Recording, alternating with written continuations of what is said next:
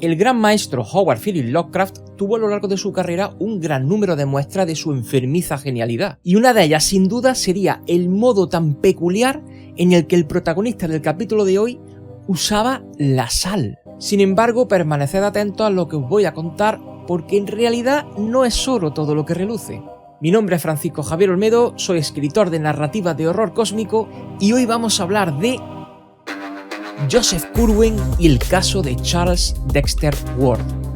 Joseph Curwen nació en lo que hoy en día es la ciudad de Danvers, a 8 millas de Salem, en Massachusetts, un 18 de febrero del año 1662. Y fue que muy pronto se convirtió en un exitoso comerciante, magnate naviero, traficante de esclavos y, por lo que fue mayormente conocido por todos, un temido ocultista y un hechicero consumado. Curwen se hizo a la mar a muy temprana edad y estuvo mucho tiempo alejado de su hogar. Sin embargo, cuando regresó a Salem, en este caso, varios años después, el joven se vio obligado a abandonar la ciudad de nuevo, puesto que comenzó el gran temor a la brujería que desembocó en los conocidos juicios de las brujas de Salem. Y esto fue en 1692, apenas 30 años después de su nacimiento. Se instaló entonces en Providence, donde vivió el resto de su vida, durante la cual mantuvo una extensa correspondencia con sus amigos de Europa, Simon Horn y Edward Hutchinson, dos individuos que resultaron de grandísima importancia dentro de sus misteriosos proyectos, como comprobaremos dentro de unos momentos. Joseph Curwen se convirtió en muy poco tiempo en uno de los mercaderes más populares de toda la ciudad de Providence, y esto fue así porque su comercio ultramarino le trajo una gran riqueza a toda la metrópoli, además que sus generosos actos de filantropía hacia esa ciudad que le había adoptado, y también hacia el recientemente fundado Instituto Arkham, que posteriormente se convertiría en la Universidad de Miskatonic, indudablemente le granjearon una reputación de individuo preocupado por la comunidad. Y esta, coincidiréis conmigo, que se trata de una cuestión muy recurrente dentro de la historia de horror cósmico. Y me refiero al hecho de que un personaje opte por seducir a los miembros de una población a través de gestos altruistas que en realidad no tienen otro fin que ocultar sus verdaderos propósitos. Como ejemplo más inmediato tendríamos al reconocido mercante Obed Marsh, al cual llegamos a dedicarle un capítulo entero del Mitonauta. No obstante, a pesar de las numerosas y generosas aportaciones económicas de Joseph Curwen a su comunidad, los conciudadanos no tenían una buena opinión de él. Incluso hacían circular rumores relacionados con la desaparición no solamente de personas vivas, sino también de personas muertas, puesto que muy poco a poco empezaron a descubrirse un gran número de tumbas profanadas, unos hechos que podrían estar aparentemente relacionados con sus enigmáticas actividades. Además, las habladurías apuntaban también a unos misteriosos cargamentos que llegaban hasta la que los lugareños conocían como la granja de Pawtuxet, la cual había sido adquirida por Curwen y, según contaban los rumores, sería un lugar donde el hechicero habría montado un laboratorio. Pero lo más inquietante, si cabe, lo que más llamaba la atención a la gente del lugar era la avanzada edad que el filántropo había alcanzado sin apreciarse en él el más mínimo efecto del envejecimiento. De hecho, los más viejos de Providence lo recordaban siempre tal y como lo conocieron la primera vez. Y no es casualidad que el rostro del retrato que os estoy mostrando ahora mismo os suene, porque es el del reconocido actor de cine clásico Vincent Price, el cual tomó el papel de Charles Dexter Ward en la película The Haunted Palace, que fue traducida al español como El Palacio de los Espíritus, una suerte de adaptación de la novela de El caso de Charles Dexter Ward, mezclada con tintes de Edgar Allan Poe. Y volviendo al tema de ese hombre que parece no envejecer nunca, y que incluso sería más viejo que los más viejos del lugar, es inevitable que esta circunstancia no nos recuerde a la famosísima novela de Oscar Wilde, El retrato de Dorian Gray, la cual fue publicada curiosamente justo 2 meses antes del nacimiento de Howard Phillips Lovecraft. Y como curiosidad también, ¿os habéis fijado que en esta imagen que estáis viendo ahora mismo aparece una aclaración que indica edición sin censura? Esto es así porque no todas las versiones de esta magnífica obra del romanticismo gótico han llegado hasta nosotros completas. De esto y más sabe mucho mi compañera Chelo del canal Moonlight Books. en el cual habló largo y tendido del retrato de Dorian Gray y que os recomiendo encarecidamente que sigáis si os gusta la literatura de terror gótica tanto como a mí. Os dejo los diferentes enlaces en la cajita de descripción. Y bueno, qué menos que recordar también que hace un tiempo tuve el honor de que Chelo le dedicara un capítulo completo a la tercera de mi obra, Malnacido, que como ya sabéis se trata de mi obra favorita de todas las que tengo publicadas hasta ahora. También os dejo en la cajita de descripción el enlace por si os apetece saber qué opinión tuvo nuestra compañera Chelo de la lectura de este libro de horror cósmico.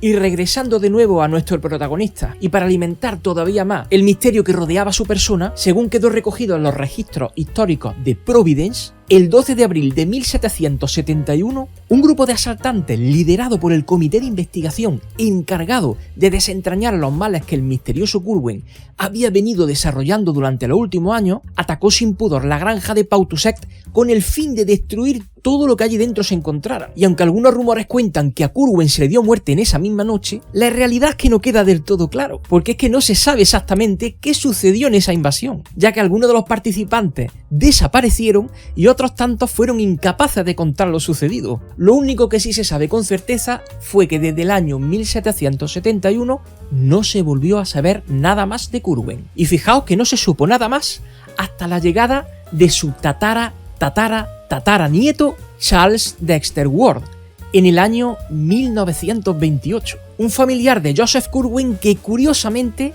tenía un extraordinario parecido con él. Un parecido que, como se conocerá más adelante, no es para nada casual.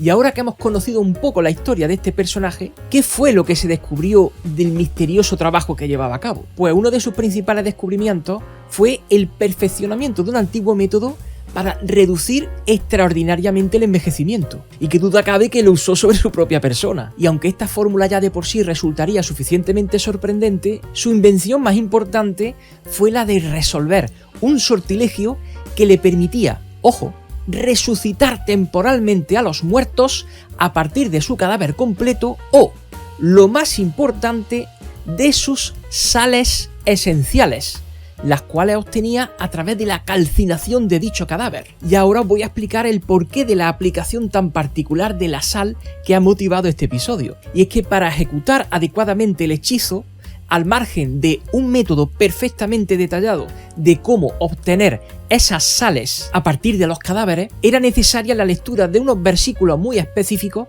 para invocar el poder del mismísimo Yog-Sothoth. De hecho, fue gracias a Joseph Curwen que Yog-Sothoth apareció por primera vez en el horror cósmico. ¿Y qué intención podría tener este filántropo con la reanimación temporal de cadáveres? Pues fijaos qué interesante que lo hizo para satisfacer su apetito de conocimiento, ya que esta habilidad le permitía resucitar a sabios de otros tiempos con los que podría mantener interesantísimas conversaciones. De modo que con esta técnica podría conseguir valiosísima información de primera mano. Con este fin, sus agentes recorrían los cementerios de todo el mundo en busca de los cadáveres de personajes ilustres que más tarde llevaría hasta Providence de contrabando. Un ejercicio que no podría realizarse adecuadamente sin la ayuda desde Europa de sus amigos Horn y Hutchinson, los cuales os he comentado antes y con los que mantenía una intensa y constante correspondencia. La cuestión es que Curwen, una vez que ya tenía los cuerpos en su poder, los resucitaba y los mantenía vivos artificialmente para poder así torturarlos y arrancarle todos sus secretos. ¿Y en qué relatos entonces podríamos aprender cosas sobre este interesantísimo personaje? Pues qué lástima que solo sea en uno. Un personaje tan importante y tan referente del horror cósmico fue utilizado de manera canónica solo en un relato, el caso de Charles Dexter Ward. Pero amigos míos, como ya os adelanté al principio, y en referencia a esta magnífica obra, no es oro todo lo que reluce. Porque si bien es cierto que fue escrita íntegramente por Howard Phillips Lovecraft, fueron tantas las fuentes de las que bebió, y que me perdone el gran maestro por lo que voy a decir, puesto que no tengo intención ninguna de faltarle al respeto, que prácticamente podríamos decir que la historia se la dieron en bandeja y él lo único que tuvo que hacer fue darle forma. ¿Cómo? Así es, puesto que como se ha sabido gracias a la densa correspondencia que Lovecraft mantenía con su círculo de amigos, como primer elemento de inspiración del gran maestro para escribir el caso de Charles Dexter Ward fue una anécdota que le contó su tía Lillian sobre la casa 140 de Prospect Street, la misma casa que estáis viendo ahora en vuestra pantalla, en la cual le contaba el modo en el que la mansión se hallaba diabólicamente encantada. a Lovecraft le maravilló el detalle de esta historia tanto que se propuso hacer de la casa, renumerada en esta ocasión como la casa 100 de Prospect Street, la base de operaciones de Charles Dexter Ward. Pero es que más adelante, en el año 1925, Lovecraft leyó la biografía Providence in Colonial Times de Gertrude Selwyn Kimball, una historia de 1912 que le proporcionó alguna anécdota que él mismo incorporaría a su novela. En este caso no la he leído personalmente, así que por desgracia no puedo detallaros con precisión cuáles fueron, pero sí sé que fueron varias. Y otra inspiración más confesada por el propio Howard Phillips Lovecraft en su magnífico ensayo Horror sobrenatural en la literatura fue la lectura de la novela El regreso de Walter de la Mare, de la cual extrajo la idea, y cito textualmente, de que el alma de un hombre muerto sale de su tumba de 2 siglos y se adhiere a la carne de los vivos.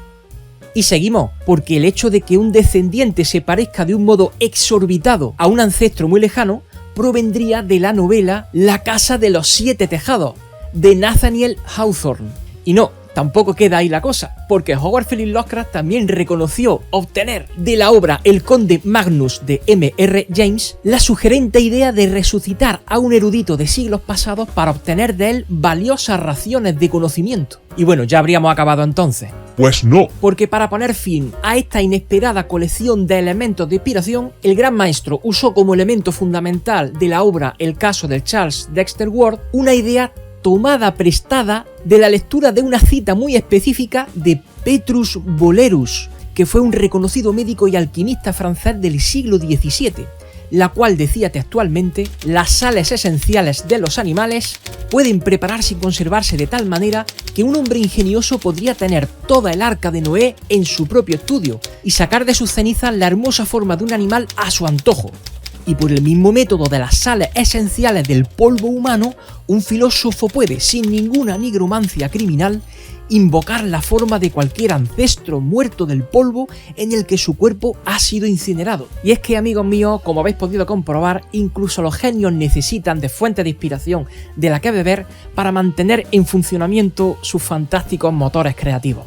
Y bien, finalmente, qué mejor momento que este para recomendaros que aprendáis un poco más de esa entidad que fue mencionada por primera vez en este relato. Os hablo de Yog-Sothoth, puesto que si Joseph Curwen aprendió a invocarla, ¿por qué no vosotros?